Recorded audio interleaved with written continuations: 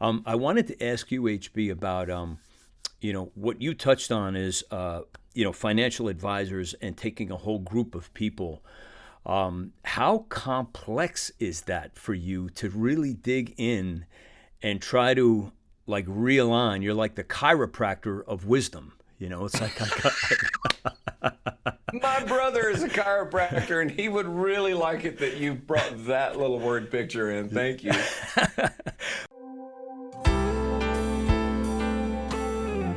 And now here is singer-songwriter, broadcaster, audio-video artist, entertainment agent, and your host. It's the master storyteller himself, James Kevin O'Connor. Hey, everybody, guys and ladies, thank you for coming back to Podcasting Your Global Career. Really delighted with my guest today, but before I get into my guest today, I would like to just inspire you guys to please share this episode with a friend. Send it off. You're helping my show grow like crazy. And really want to just express my appreciation for all you guys are doing. So please continue to forward this to somebody who may need the content involved here. This guy rocks. His name is HB Pasley. He's got a new book, Never Drop the Ball Again. And it's a book about the ideal client experience. He's like the man of the world, HB, and what a sense of humor and a way to express business in a way I've never heard anyone else express it. He's a coach, a creative, a professional communicator for close to 4 decades. He's published many books and countless leadership guides, facilitated thousands of people in leadership development retreats, and has produced over 7 million song streams on Spotify. Yes, he's a badass musician too. Even after all of that, he is fond of deflecting attention from his accomplishments by saying, "My real claim to fame is that I have failed at more ventures than most people will ever attempt." And I took a lot of notes. He stole that from me, except for the I took a lot of notes. So we have a lot in common, so get ready to experience all the joy and wisdom and good times with HB Pasley.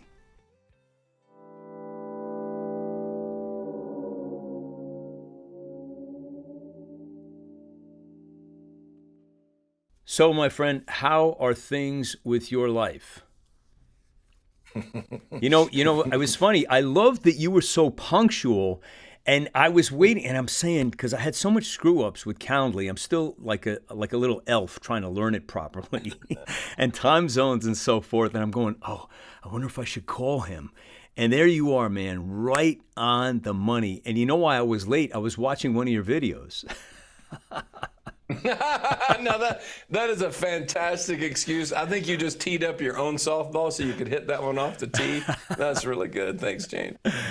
Yeah. Oh my God, you're hilarious. So it was it's good. funny, but you and I both had long creative careers, and you probably are like me. I don't know. I'm a funny mix because I grew up in a family that was very somewhat analytical, traditional, basic, linear. And then I sort of popped out, and I was a little more nonlinear, certainly very creative, very interested in artistic pursuits. So as I've grown up over the years, I've realized that I'm a strange combo. I love order and design, project management. And so timeliness to me is just putting things in order. It's like the Ben Franklin rule, a place for everything and everything in its place. But at the same time, I get most of my joy from spinning up into new ideas, innovating, creating, and inventing. Yeah, we talk often about, because you and I are cut from the same cloth, the ultimate passionate, super creative is kind of an anchor on being able to focus. At least for me, it has been without being able to focus, laser focus on one thing. I always have 3 going in the background. Right now I'm trying to market myself to literally 4 different businesses, and it's a real challenge to do so, but I keep getting thrown into my world, which is music. Everything has to surround music. It has to, that's always the underlying place where I end up. So I'm trying not to fight that so much anymore, but more embrace it and put the other things not quite in the garage, but have them pointed towards the garage, for the time being, to go embrace what I'm supposed to embrace. So tell me about your experience with that, because I know you being the ideal client experience guru and a very, very seasoned coach, where I'm a newbie at this. You've probably seen a lot of this. And what is your counsel to those lost ones out there, HB, to refine their technique for their passion?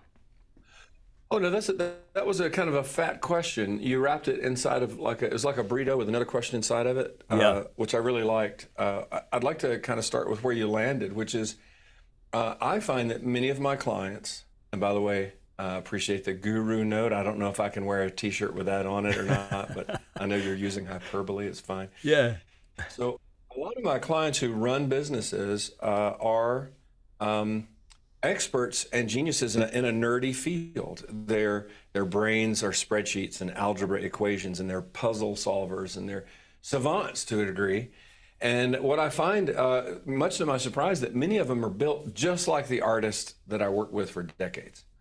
Also savants, always very creative, always thinking through different ways to solve problems and to do things. And as you know, music is fundamentally math, so these things are, really related. And I've had to learn over the years how to be a good coach for people. I'm going to generalize by saying this, but if you have ADD and you're the executive of your firm, I can help you. Because I still love you, and I don't think that ADD or this sort of wild, sort of squirrely, random access memory problem you have is actually a handicap. I think it's your advantage.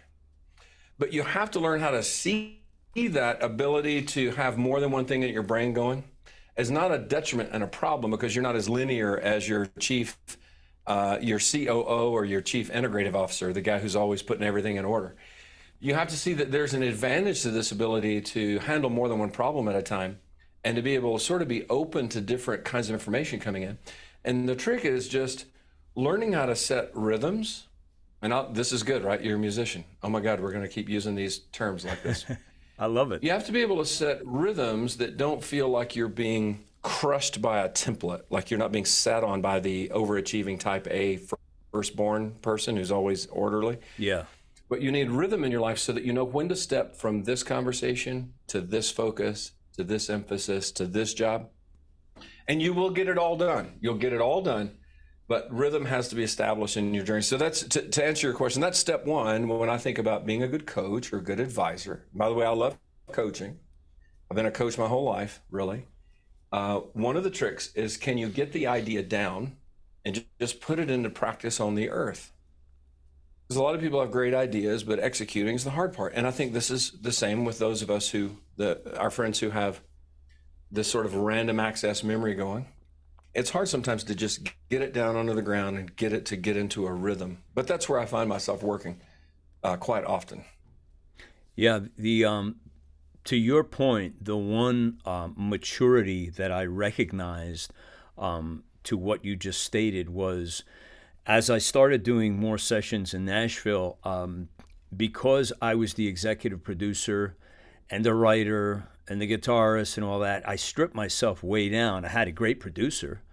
And so I became, all right, I'm the executive producer. Wear that hat, and you're the vocalist while the guys are playing. And then I'm also the backstop as the co-producer. So I keep my mouth shut and let Kim run the session unless I really have something to say. So by doing that, I'd never picked up an instrument every time I went down to work with those guys. I just walked in and said, all right, my job is to sing and do the best job I can while they're playing. We're all playing live. And to capture that magic in the bottle. And then what I would do is when I came back to my studio and had all the files, then I would pick up the guitar or the synthesizer or the vocals and start creating harmonies. So I compartmentalized my abilities to say, how can I squeeze the most juice out of each one? Rather than go in there and say, I'm the guy, I do it all. It's like, let the people who are better than you do what they do, and then just, take a back position. So to your point, I think that's one of the things you can do as you try to aspire to do more with what you have. Embrace talents around you and recognize where you should fit in and in what capacity. Did you draw a parallel doesn't there? that fall under does that fall under the term or the value humility? Probably a little bit. I think it's, humility, maturity, and I think it's also recognizing when you have a gift in front of you, have the sense to open it. You got these players that are just legacy players. Like, how much can I learn from these guys? By being in this room, it's just wonderful to have that opportunity. That's really fun. I got off the phone this morning with a new client. Their firm has over 200 employees, large executive team, and they scaled from just a few less than 10 years ago to this, very fast growing company. And we were chatting this morning, and I was trying to understand more about the pain of delegation and the process of entrusting roles to one another, because any company that usually in my experience isn't, it's just a small data pool. I work with financial advisors and advisors, people that build trust to make a living. This is my general daily work. When their firm hits about 8-10 people, the founder finds himself or herself in a position where they can simply no longer direct the band. They sort of got to let people, just like you said, find their best gift and open up their best contribution and begin to delegate the freedom for people to make contributions in the business instead of just being an employee of the business. And so that works if your team's 8-10. In this case, it also works with a team over 200. Their primary job right now isn't really micromanaging each person. It's actually figuring out how to entrust team leaders and individuals within those teams to bring their best contribution every day to achieve their primary purpose as a bigger firm. And this is both fun, exciting, and challenging, because to get everybody on the same page is magic pants. It takes some work. And that's their primary job over the next few months as they transition some leadership structure. But it goes, I think, I just talked about this because of what you just said, the wisdom and what you were just sharing, James. It's so right on track that ultimately our greatest joy comes from getting other people to come alive around us instead of us trying to come alive in front of everybody around us. Those are two wildly different things. And really the blessing is in receiving the mature gifts that are in front of you, like you just described. When you see that happen, it's like, wow, this was totally unexpected. And if you allow that to happen, if you create an environment where that's welcome, when I work, I always say, I got an open door policy, man. If you're feeling to go back to the fives at the beginning of the bridge, then open your mouth and say so. And we'll pursue anything that happens, in the studio that is kind of pure magic. I wanted to ask you, HB, about, what you touched on is, financial advisors and taking a whole group of people. How complex is that for you to really dig in and try to realign? You're like the chiropractor of wisdom. It's like my brother is a chiropractor, and he would really like it that you brought that little word picture in. Thank you. but it's true, man. Question. You've got that's a great question, but I don't think it's very complicated, because I know that you love coaching others. I love coaching. One of the reasons that you and I are connecting today is we both want to become better at helping other people achieve their greatness. Yes. Okay. Yeah. It's when I was a kid, my very first job was at the YMCA in Prattville, Alabama. I had to drive 10 miles over. Actually, when I first started my job, my mom had to drop me off because I didn't have my license yet. I just remembered that.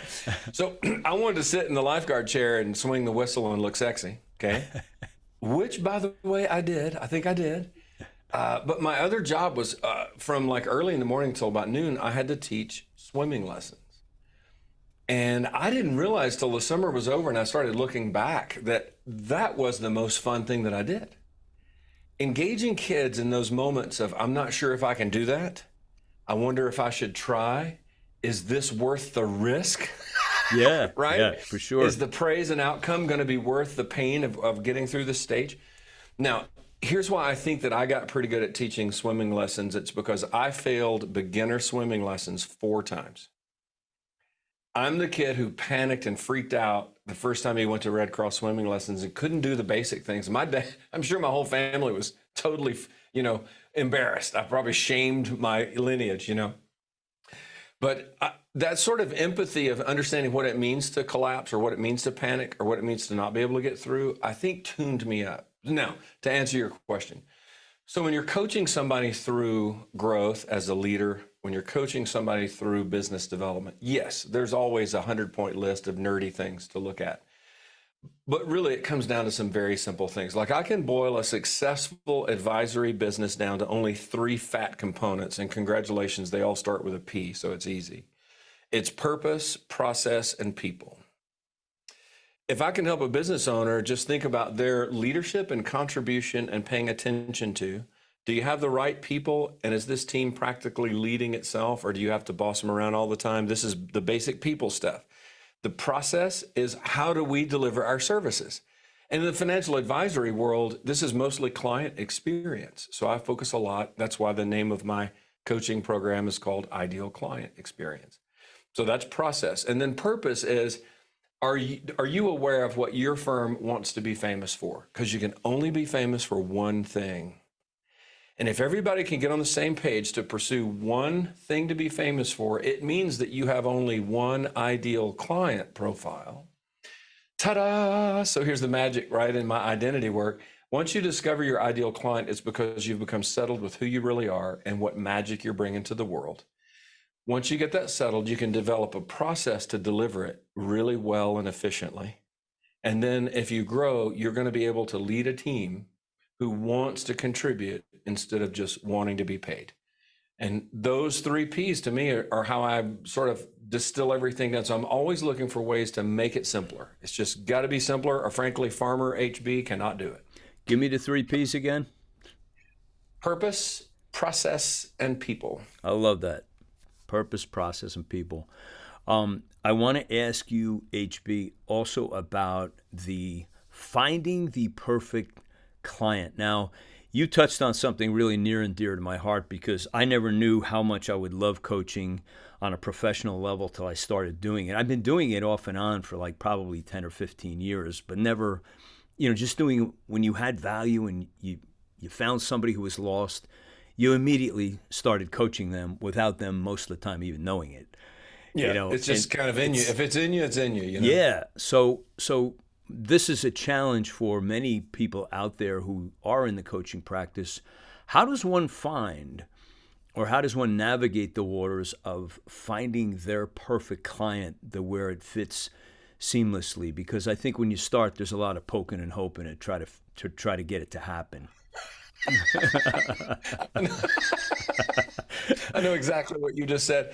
I use a couple of, because we're creative, and I am, sorry about the change in the visual here. I got to flip this around. Yeah, that's so good. Here's an image for you. I just put this up. This is a picture of an archer. So when I go in and start talking about business identity or discovering your ideal client, I simply use a 4-step metaphor: archer, bow, arrow, and target. Okay. And I'm not going to bore you. I'm not going to try to go through and teach all those. All I'm going to say is, to answer your question, is a lot of people feel like that in order to discover your ideal client, you should spend all your time focusing on this thing. This is what a marketing agency would talk to you about. This is what most of the books you read talk to you about. Who's your ideal client? What's your best market? Who has the money, the mindset, the problem? And I get it. They're actually all super important, because if you can't get focused, you're never going to be famous for one thing. But what I've learned is that over time is that the archer was already made to deliver an arrow of value to a target that was perfectly designed for them. In other words, I feel like the heart of the archer, that is the person doing the coaching, is actually already designed the perfect place to land their arrow. Like they were just suited for it. So when they draw back their gift, when they draw back that service they want to bring, and they look down the arrow, they can already see who the ideal client is. You don't go search for them. So I guess this implies that over time, a person has to be more in tune with their own story. Where did I come from? What do I value? What am I like? What do I love? These kinds of questions actually lead us faster to our ideal client than doing a lot of market experimentation. If we could just draw back. So when I told you my story about being a coach and a lifeguard and failing and empathy, this will be easy for you, James. I promise. What's one thing you already know about me that I admire and that I love? What's one thing I know about you that just from that story about wanting to coach kids and enjoying it? What do you know about me as a person? You identify abilities and talents like immediately, Okay, where most people don't. Like you see into it. Okay, so guess what? Because I've always been around people that had gifting, and I do identify skills and giftings pretty fast. Guess what? My ideal client normally are people that are highly gifted, very talented, and their talent sometimes even gets away from them, or their talent leads them where they don't even want to go. Okay, so that's something that came from me, the archer. I'm the one who's interested in very talented people. From my story, you would also know that I'm very empathetic. I move toward people that are in trouble. Aha. That means that when I look for ideal clients, I need to identify someone who knows they're in trouble. Guess who's the hardest person to coach in the world? A person who has no idea they're in trouble. It's so true. I've seen them. All right, so here's me. You're asking me how to do this, and I just did it with you. Yeah. I told a little bit of my story. We pulled two things out, and now I know if I went out on the street today and just met people, if I find somebody who's overly gifted leading a team, and they got nerdy gifts, and they're really aware that they've got some challenges, it's almost got them in a panic mode, you better believe I'm going to ask them to go to lunch, because there's a good chance that they could be an ideal client for me. There has got to be a level of energy attraction here, though, because in some way you're drawing those people into your sphere of influence, or your physical proximity in some way, whether it's on with camera or on a phone call or whatever. But I have to believe that that's where you're putting out this energy that's bringing these people into your field. It's like your spider's web. It's like, oh, here they come. They're traipsing in here. It's like, all right. Well, that's right. There is some networking, but I call this personal gravity. In physics, like objects can attract, and when things have a lot of weight and mojo in them, they tend to attract other bodies. So things kind of are drawing toward each other of similar weight and size and capacity. So I believe everybody if you can get in touch with your story, what drives you, where did you come from, what do you love, who do you love? If you can get that out on a daily basis, just talk more about what always bubbles up in you, what has been driving you all these years, your failures, your successes, all this stuff goes in there. The more you get that up, what happens is you start to develop personal gravity. Why? Because the more you tell your story, people who are attracted to you can identify you faster. So it's not you having to identify them all the time. You need to show up and be able to tell your story in such a way that people who identify with you go, oh, well, he's or she is interesting. They're kind of like me. I felt that way too. That sameness, that same attraction is part of this gravitational field that we create. It's so natural that if you don't, here's what happens, James, if you don't do this. If you go out and you try the opposite, where you just focus on who you're trying to reach and what you're trying to sell them, you will, I'm sorry to tell you, always be perceived as a salesman. And if that's your goal, please continue. But if you want to be perceived as something other than a salesman, then you've got to take courage and develop an articulate way to share your own story, your own values all the time, so that people can self-select whether or not they would be a good fit for you. And then they never feel sold because they're the ones who made the decision.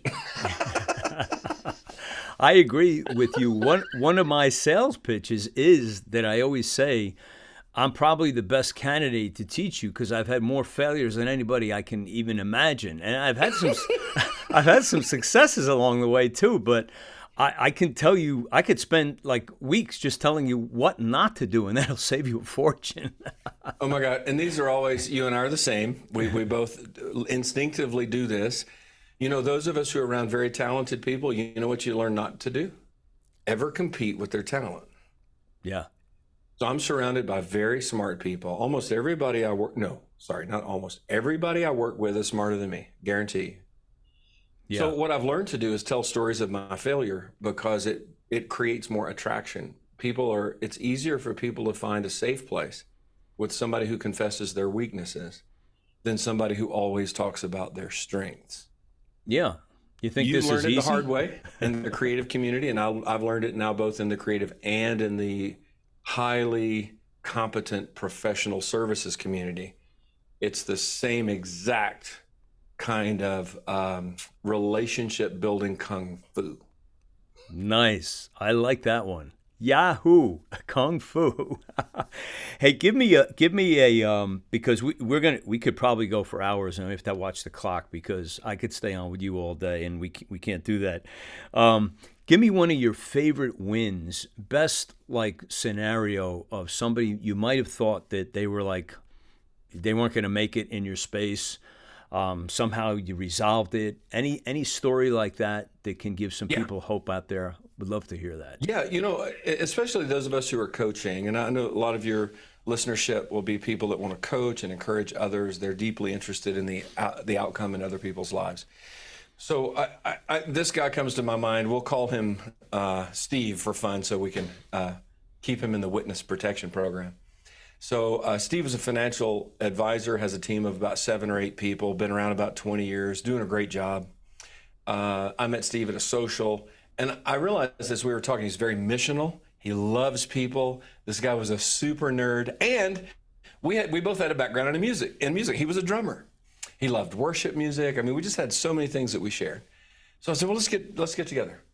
So what happens is in my coaching practice, much like, by the way, I love this book. If your viewers haven't seen Getting Patrick Naked. Lencioni's book, Getting Naked. First of all, who doesn't want a book on their shelf called Getting Naked? I mean, that's just racy. I right? gotta It's fun. have that. Yes, I love it. What he does in this book that I really drew out of it was that if you're an advisor at heart, you have to avoid selling at all times. That is, just selling a singular product or service, because you must discover your client's needs and address those. You don't come in the door with a thing like it's inside your jacket, and to do that, it means I have to go into every relationship and I begin advising the moment that I meet somebody that I think I could help, because I love them. I want to ask them questions. What are you struggling with? What are you challenged with? And I call this the discovery phase. A discovery phase might last for me, though, 1 to 5 or 6 meetings. I was in a 5th discovery meeting this morning with a prospective onboarding client. Wow. I advise them every meeting. We still haven't booked a contract. I still haven't closed I haven't charged anybody any money. We haven't transacted yet. Why? Because I have to prove that I bring enough value to warrant you wanting to pay me. All right. So the big win for me, I was in my 4th discovery meeting with this advisor. And every time I was with him, I loved being with him. We talked about important things. We uncovered challenges. And about halfway through this meeting, James, I said, well, based on what we've talked about so far, what seems to be the most important obstacle that we could work on together this year? Okay, this is common language for me. What does he say? I don't know. I thought, oh my God. I remember feeling that sweaty feeling like, oh, geez, I'm 3.5 meetings in. If he can't identify what the obstacle is, I have been wasting my time. I may have totally read this wrong, okay? I got that sweaty feeling. I didn't know what to do. I kind of panicked just a little bit in like a 1,000, 2, 1,000. And then I felt it's that little thing, because you've been there more than once. I felt that I should go at it one more time. And this is where the win came in. And this is the wait, no, encouragement you probably healed him already. He didn't need you anymore. I spun around and I said, one of the things that you and I have been talking about a lot is client experience and how building great relationships with clients will increase loyalty and retention over time. Could I draw you an 8-step map of how that works? So I'm going to go one more level, right? And he goes, well, sure. So I drew the 8-step map. And then I said, which one of these things is most important to you? And then he pointed at it. James, for me, this is a huge win. He pointed at it and I said, could we get to work on that together? And he said yes. By the next meeting, we had created a contract, signed an arrangement, and now I'm his advisor for a year to help his firm develop their client experience. So here's the takeaway for me. Don't stop advising if you love to advise. If you use the word coach, don't stop coaching if you love to coach. Coach until you prove that you're valuable. They will ask to pay you when you finally can both put your finger on the thing that must be solved. And if you're slow like me, maybe it'll take you 4 or 5 meetings. If you're fast like James, maybe once. But No, that I'm not was a fast. huge win for me. I'll never forget that feeling of almost losing it, like almost just getting up and going, thanks, and leaving, and deciding to go one more step. And it made all the difference. I did that. I did with a client just recently, and she was a single mother, and she just didn't have the resources. And I went to bed, and Holy Spirit started rib punching me. So I got up and I created a whole new discounted program, like less than half of what I was charging. And I named it after her too. And I said, this is my so-and-so package, and Yeah, perfect. and it's like I wasn't letting her go. And a couple other people too, that because I like you, I love to serve, and we'll find room for you, and there'll be other things that'll come along which will, pay for all kinds of things to allow you to discount things when you need to. But I like that approach, because when you have somebody who you find value in, and everybody has value, but when you're a good fit, you don't want to let that go. It's really important. That is true. I appreciate you being nimble and creative. It's true. Sometimes you just want to keep. I have a friend of mine that I've been romancing because I want to help him grow his business. I mean, I would just give him, every time I'm with him, I just give, and we brainstorm and talk. He and his other executive partners have proposed now the idea that maybe we should hire HB to help, which is kind of a shocker to me, because his industry is a little off of my bullseye. So when I looked at, you remember I showed you the picture of the target? Yeah. Nobody hits the target aiming at the target, James. You always aim at the bullseye. Right? So if you aim at the bullseye every time, you're still going to hit the target all over the map. But that's why we need an ideal client profile in our businesses, because if you don't know who's perfect, you don't know where to aim. Yeah. And aim means you get the right money out of or the right value out of your marketing agents and your Google ads and your YouTube videos and your podcasts and all that stuff. Otherwise, you're just shatter gunning everything. Okay. Yeah. Right. So this guy's business is off the ideal client button for me. He's at the 25-point circle at best. Yeah. But I love him so much as a friend. I would just do anything to be on his team. I mean, I basically just work for Chai, Yeah. And so occasionally we do have those people in our lives. I think as advisors and coaches, we simply have to watch out for budgeting, because in some ways, from a professional point of view, they're junk food. They're Twinkies and cake and bourbon and cigars. Maybe those last two aren't junk food. Okay. But you can't consume them as a regular diet, or pretty soon you don't have a healthy business. Right. But there's always room for a few that you just love, that are at the edges of your professional universe, kind of keeps you alive. Yeah. You got to do it, man. You're pulled in. So HB, this is really awesome to have you on this show, Podcasting Your Global Career. And I'd like you to just give a shout out to whoever you like, any last words of wisdom, and also the best place for people to reach out to you and find out more about your ideal client experience and how they can get involved with you. And would you do that for me? You're so generous, by the way. Thank you for being so giving. That's one of your problems, isn't it, James? You just keep giving. I appreciate that. I would like to give a couple of shout outs. I've got a couple of coaches that I'm growing to admire. Dr. HB Pasley works here in our city in Colorado Springs, Colorado, where I reside. Dr. Heidi has her PhD in persuasive communication. She's such a great speech coach. Executives and people who do sales or lead sales teams that really want to upgrade their speaking and communication effectiveness, Dr. Pasley is fantastic. And then I think of Coach Dave Blackkolb, Blackkolb. I'll send you these notes later, James. Dave has got such a heart for helping people develop their emotional IQ and their awareness of themselves and their culture, that he basically trains executives to be better at culture leading. because they learn how to see themselves better. And he's so good at this sort of emotional IQ, where so many people are interested in solving that component, that Coach Dave is fantastic at this stuff. So those are a couple of shout outs for you. I'll give you some links on those guys because I love to refer them. My practice is at idealclientexperience.com. And we've already chatted about some of the fundamentals, but everything I do revolves around purpose, process, and people.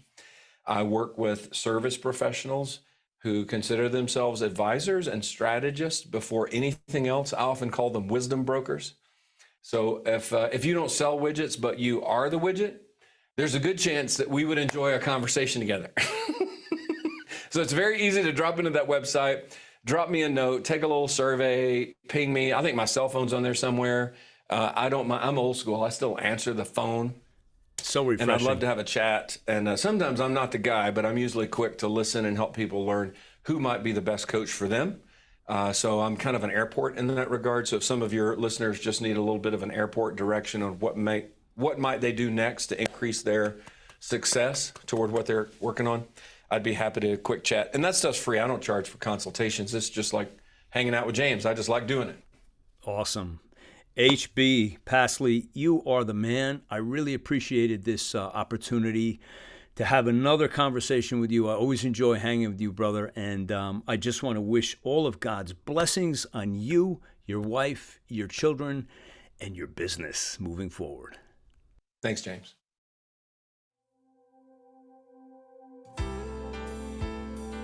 Hey everybody, thanks once again for being here on Podcasting Your Global Career. I hope you enjoyed this episode. Please check out the show notes to support the people we put on this show. Also, if you're digging the show, forward it to a friend.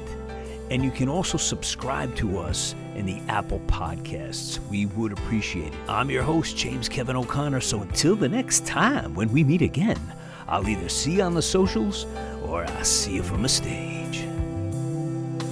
Ride on, baby, won't you take a ride with me? Ride on, we can untangle all the mystery. If wishes were windows, I'd open one and find that freedom is really a simple state of mind. So ride on, baby, won't you take a ride with me? Ride on, we can untangle all the mystery. Ride on, baby, you and I can find the key. Ride on, we can unlock each other's destiny. I taste the breeze of freedom, it's tingling on my tongue.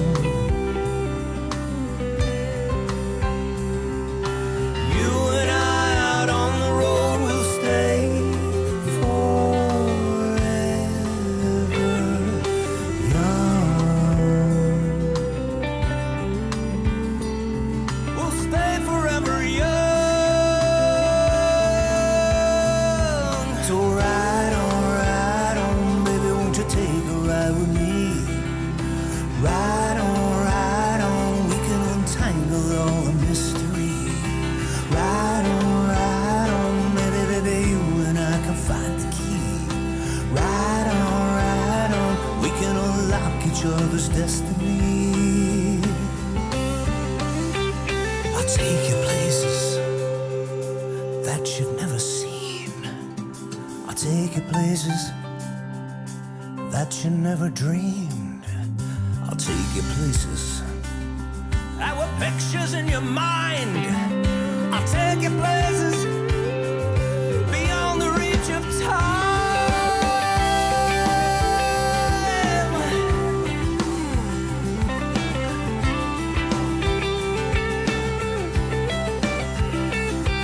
Ride on, baby, won't you take a ride with me? Ride on, we can untangle all the mystery. Ride on, baby, you and I can find the key. Ride on, we can unlock each other's destiny.